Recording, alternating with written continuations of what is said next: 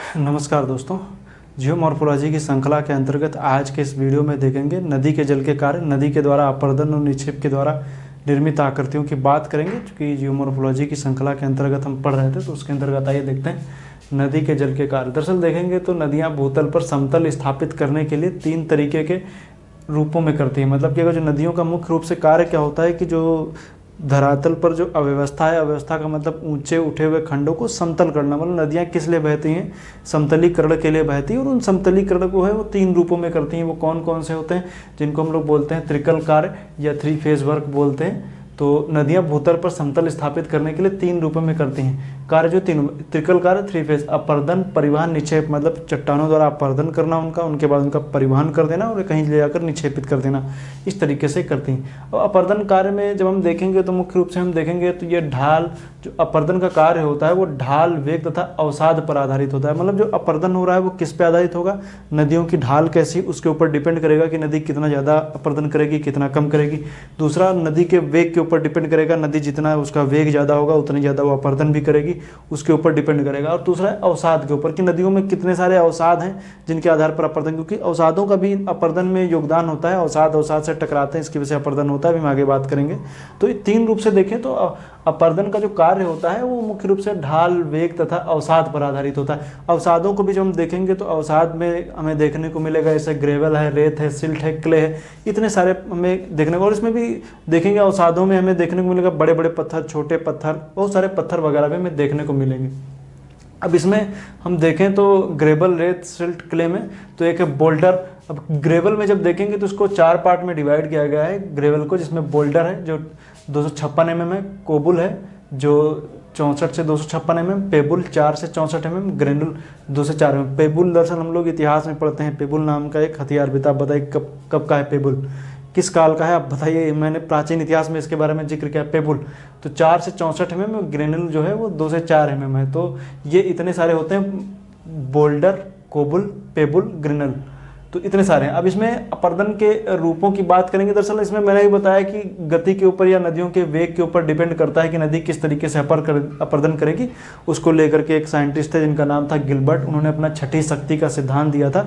छठी शक्ति का सिद्धांत गिलबर्ट का। उन्होंने बताया था कि जो नदी के वेग दोगुना कर दिया जाए तो उसमें जो मलबा बहता है उसके परिवहन की जो दर है वो 64 गुना हो जाती है। तो वेग अगर जो दोगुना हो जाएगा तो परिवहन जो है वो 64 गुना अधिक हो जाएगा। ये इन्होंने बताया था गिलबर्ट का छठी शक्ति का ये नियम है, ये सिद्धांत है। अब अपर्दन के रूपों में देखेंगे तो अपर्दन किस तरीके से होता है, किन रूपों में होता है, तो उसमें हम देखेंगे तो हमें दिखेगा घोलीकरण अर्थात सॉल्यूशन, अपघर्षण, सन्निघर्षण, जलगति क्रिया, इन सब के कारण होता है। अब इसमें जब हम देखेंगे तो आखिर घोलीकरण क्या, मैंने इसे बताया था कि जब जो कह सकते हैं एक तरीके से ऑक्सीडेशन की प्रक्रिया है। और भी जैसे प्रक्रियाओं के तहत क्या हो कि जैसे जो भी चट्टान में उपस्थित जो खनिज लवण है वो क्या हो, घुल करके पानी के साथ चले जाएं, तो उसको घोलीकरण की प्रक्रिया में हम देखेंगे।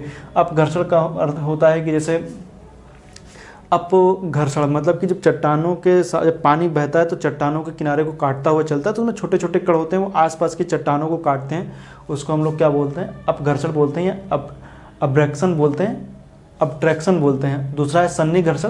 तो सन्निघर्षण का मतलब होता है जो छोटे हुए टूटे हुए जो टुकड़े छोटे छोटे आ गए हैं वो टुकड़े जब आपस में टकराते हैं तो उसको सन्निघर्षण बोलते हैं। नेक्स्ट है जलगति क्रिया, हाइड्रोलिक एक्शन। मतलब जब पानी बहता है तो पानी भी तो अपने साथ में तली को और आसपास की चट्टानों को काटता हुआ चलता है।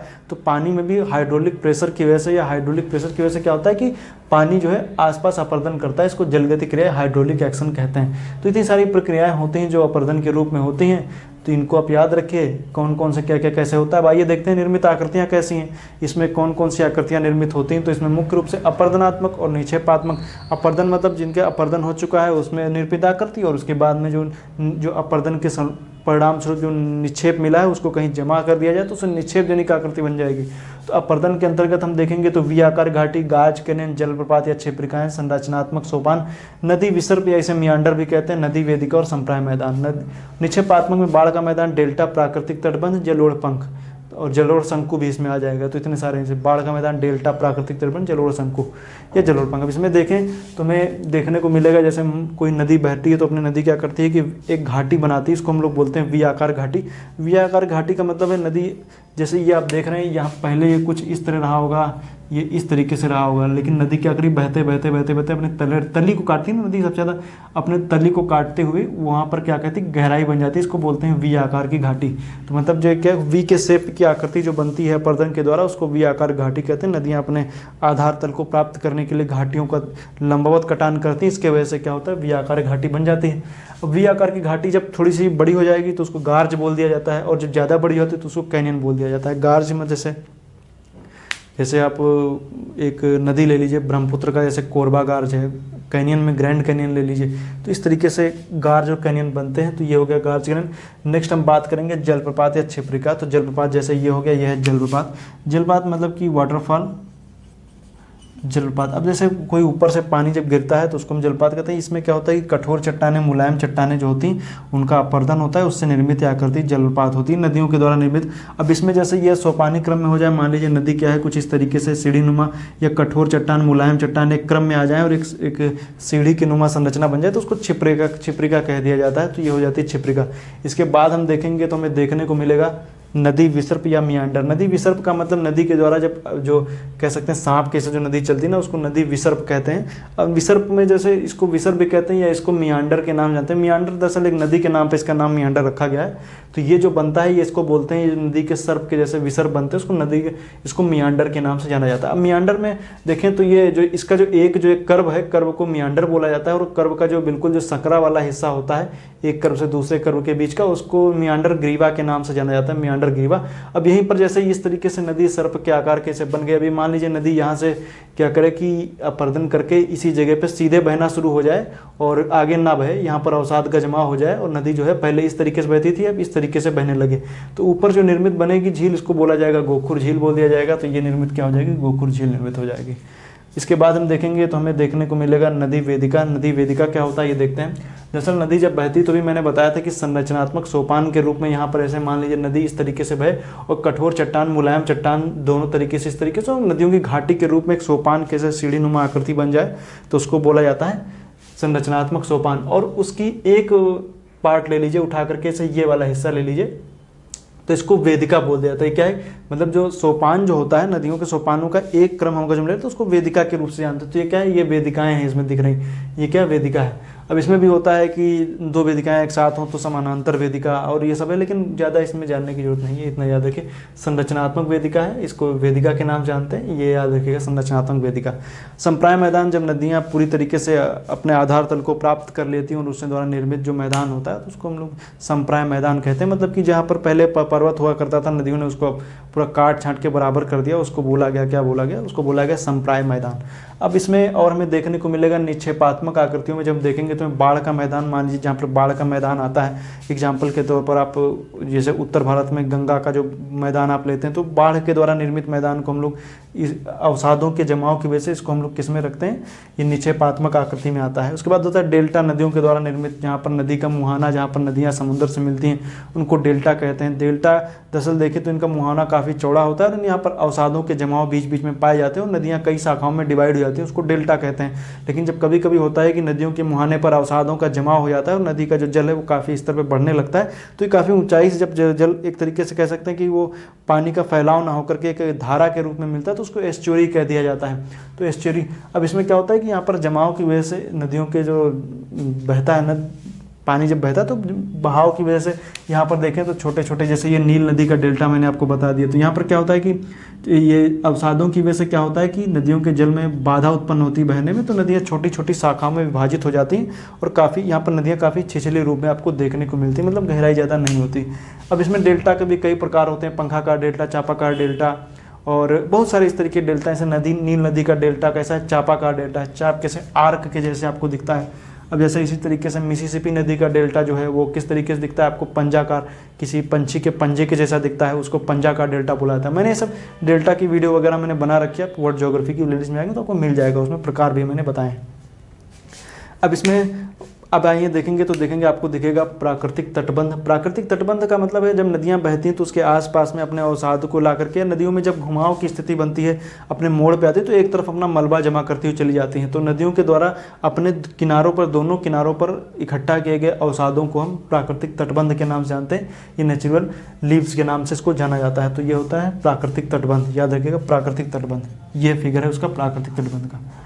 नेक्स्ट है जलोढ़ पंख। जलोढ़ पंख क्या होता है? दरअसल कोई सब पर्वतीय क्षेत्रों से जब नदी निकलती है तो अपने साथ में बहुत सारे बड़े बड़े पत्थरों को तोड़ करके लेकर के आती है। और जब बहुत बड़े बड़े पत्थर, बड़े छोटे बड़े पत्थर जब लेकर के आती है तो पर्वतों की तलहटी पर वो पत्थर जमा हो जाते हैं और वो एक ऐसा पंख के जैसा दिखता है, इसलिए उसको बोला जाता है जलोढ़ पंख। एल्यूवियल फैन के नाम से जाना जाता है। तो ये जैसे एग्जाम्पल के तौर पर आप, वैसे तो बहुत सारे पर्वतों की तलहटी पर आपको दिख जाएगा, तो और जैसे आप देखें तो आपको देखने को मिलता है जैसे भांवर का क्षेत्र एक तरीके से कह सकते हैं, वो जलोढ़ पंख का ही उदाहरण एक तरीके से कहते हैं, एल्यूवियल फैन है। तो वहाँ पर लगाया गया मलबा जो है वो जम जाता है। अब इसमें एक जलोढ़ पंख है, एक जलोढ़ शंकु होता है, जलोढ़ शंकु। अब देखें तो जलोढ़ पंख और शंकु में क्या अंतर है? दरअसल बिल्कुल दोनों सेम है, कुछ खास ज़्यादा अंतर नहीं है। तो जलोढ़ पंख होता है, उसकी जो ढलान होती है वो थोड़ी सी मंद होती है, मतलब हल्की सी, बहुत तो कह सकते हैं स्लोप थोड़ा सा ज़्यादा होता है। लेकिन जो जलोढ़ शंकु होता है उसका बिल्कुल खड़ी ढलान होती है, बिल्कुल इस तरीके से जब बन जाए, मान लीजिए इस डायग्राम को इस तरीके से बना दीजिए, तो इसको जो बोला जाता है उसको जलोढ़ शंकु बोल दिया जाता है। तो ये जलोढ़ शंकु होता है और जलोढ़ पंख लगभग एक ही जैसे दिखते हैं, बहुत ज़्यादा अंतर नहीं होता, मलबा दोनों में नीचे इकट्ठा हो जाता है और ये देखने में एक पंख जैसा लगता है, इसलिए उसको जलोढ़ पंख बोल दिया जाता है। तो ये बातें मैंने जो बताई निर्मित आकृतियाँ हो गई, और भी इसमें बहुत सारी आकृतियाँ बनती, लेकिन मुख्य रूप से इंपॉर्टेंट इतनी ही आकृतियाँ जो मैंने आपको बताया। अब इसमें से डिवीजन करें तो हालांकि संप्राय मैदान जो सेक्शन है इसको मैं सेपरेट वीडियो में बताऊंगा। एक चैप्टर है संप्राय मैदान, इसमें बहुत सारे अलग अलग तरीके के मैदान बनेंगे, तो उनको हम आगे चल करके बताएंगे। संप्राय मैदान को लेकर के एक सेपरेट वीडियो बनाएंगे। तो इतने ही इंपॉर्टेंट है सेक्शन। बाकी अगर जो चैप्टर को अगर देखा जाए तो बहुत सारे इसमें ऐसे टॉपिक हैं जो परीक्षा की दृष्टि से इंपॉर्टेंट नहीं, बहुत बड़ा सेक्शन है। अगर जिसको पढ़ाने बैठेंगे तो फिर एक जो ये नदियों के द्वारा निर्मित आकृतियाँ और जो ये कार्य जो आप देख रहे हैं ना, एक एक सेक्शन उठाते जाइए। अब घर्षण संघर्षण जलगति क्रिया, तो इस पे एक अपने आप में एक चैप्टर है, लेकिन वो बहुत ज़्यादा हो जाएगा और उतना परीक्षा की दृष्टि से इंपॉर्टेंट है भी नहीं। कोई जितना बेसिक नॉलेज है और एक बेसिक से थोड़ा एक लेवल ऊपर बढ़ के जितना परीक्षाओं में आता है उतने में बता रहा हूँ, ज़्यादा डीप घुसने की जरूरत नहीं, लेकिन जितना इंपॉर्टेंट लग रहा है उतना मैं कवर करते हुए चला जा रहा हूँ। तो आइए आज के लिए इतना ही। नेक्स्ट वीडियो में बात करेंगे भूमिगत जल के कार्य के बारे में। भूमिगत जल का कार्य देखेंगे कि आखिर भूमिगत जल से कौन कौन सी आकृतियाँ बनती हैं, क्या क्या होता है, उनके बारे में देखेंगे। तो नेक्स्ट वीडियो जो होगा वो भूमिगत जल के कार्य के ऊपर होगा। तो उसमें कई सारी ऐसी आकृतियाँ होंगी जो शायद आप पहले वीडियो में, हालांकि इन सब सेक्शन के ऊपर मैं पहले वीडियो बना चुका हूँ, लेकिन नेक्स्ट सेक्शन आएगा तो उसमें हम कुछ नई आकृतियों को ऐड कर देंगे ताकि आपको कुछ नया मैटर मिल सके, परीक्षा की दृष्टि से इतर भी आप कुछ नई तैयारी कर सकें। तो आज के लिए इतना ही। वीडियो देखने के लिए आपका बहुत बहुत धन्यवाद।